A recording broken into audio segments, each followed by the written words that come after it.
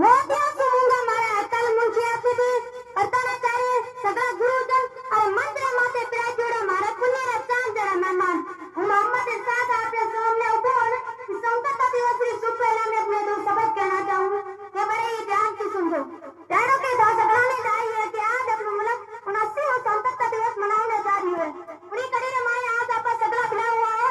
आज वो दिन आ दिन है जब भारत समान संकट सेनानियों द्वारा 15 वर्ष संघर्ष करने से अपने मुल्क को ब्रिटिश शासन की आजादी मिली थी